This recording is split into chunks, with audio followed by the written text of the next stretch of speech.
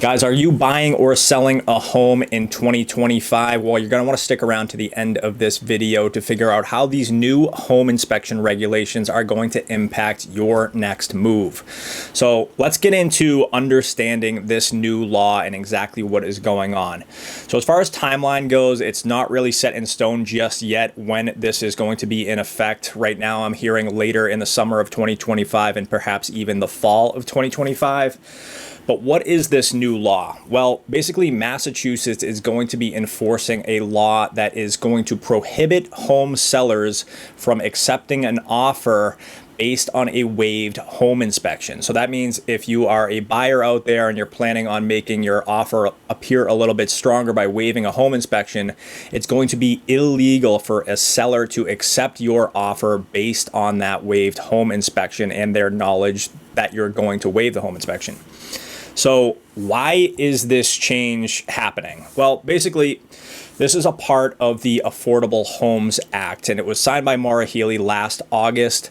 And the aim is really to level the playing field for these first-time home buyers out there that have really just been battling over the last few years trying to get offers accepted on homes. And they've been competing with these cash-rich investors who are coming to the table with a bag full of money, not having to go through a mortgage and finance their purchase.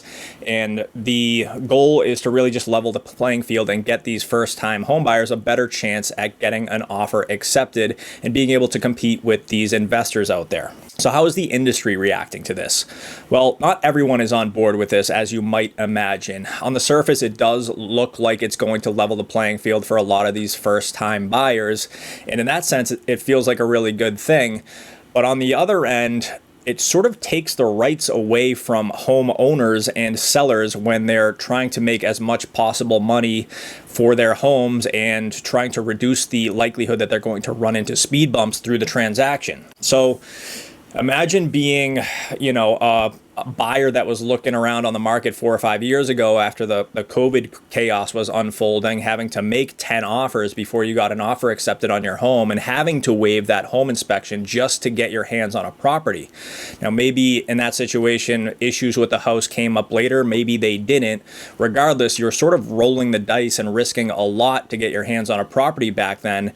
And now you're basically being told because of this new regulation that you don't have the same rights as those sellers did, and you have to accept offers based on home inspections. Now, you don't have a choice to take an offer that is waiving a home inspection. So it's sort of interesting how this is going to impact different people. And let's talk about those impacts a little bit more. So as I was just saying, for sellers, this law is going to remove a major leverage point. You're not going to have as much negotiating power when you're putting your property on the market and looking at all these different offers.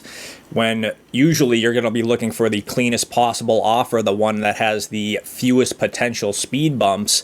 If you're looking at an offer that has a home inspection contingency and one that doesn't, it's usually a pretty easy decision which one you're going to go with because you stand to be less likely to run into renegotiations or the deal falling apart down the road.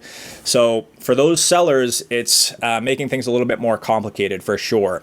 For those buyers that are more investors and, maybe you are a little bit more cash heavy, this is going to level the playing field. You're not going to have as much of an edge over these other buyers as you once did. So it does level the playing field a little bit and make sure that the first-time home buyers and people that really want to get their hands on a property are going to have a better chance to do that.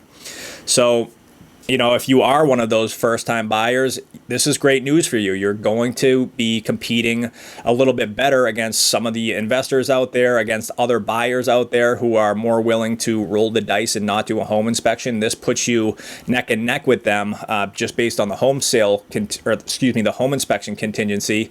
There are other factors in an offer on a property for sure, but you are going to be able to compete a little bit more. For home inspectors, this is obviously great news. You're going to be sort of guaranteed a little bit more work where not every single transaction that takes place right now has a home inspector involved. Now it looks like every single transaction that happens is going to have a home inspector be a part of it. So it's more job security for these guys for sure.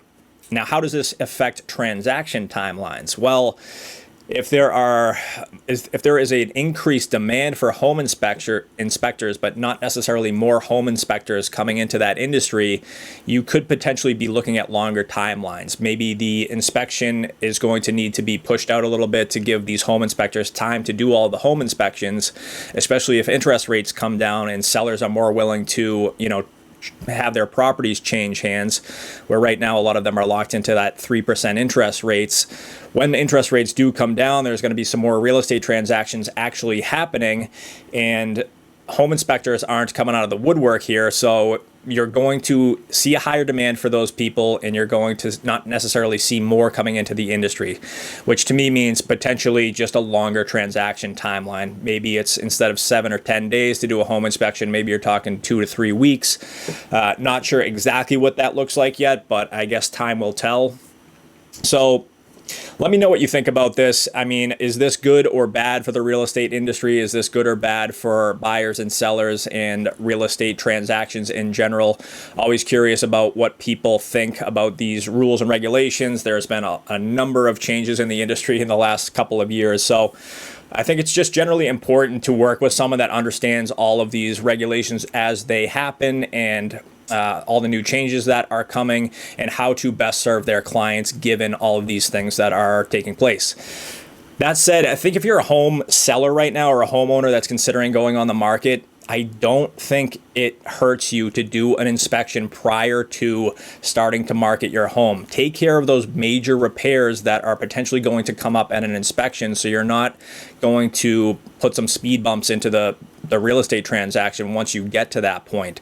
Take care of those big repairs if you can afford to, and all the minor stuff, just disclose to the buyers of the property so that they know what they're walking into, and they know that there's not going to necessarily be any surprises at the home inspection when they do one, so that you know what's going to happen. You know that you've reduced the potential for speed bumps in the transaction, and you know that you're probably going to see an increase in the purchase price for that property given everything is on the table. So that's what I would recommend. Not everyone is willing to, come up with the cash for a home inspection out of their own pocket before they put their property on the market. But I think that could potentially change given when these new regulations roll out. Guys, if you found this helpful, please subscribe. I'm going to attempt to do a video every single week, all things Greater Boston real estate. And if you need a real estate resource in the Boston area, feel free to give us a shout. And even if you're in a market outside of Boston, I have an amazing network. My team and I have an amazing network of agents nationwide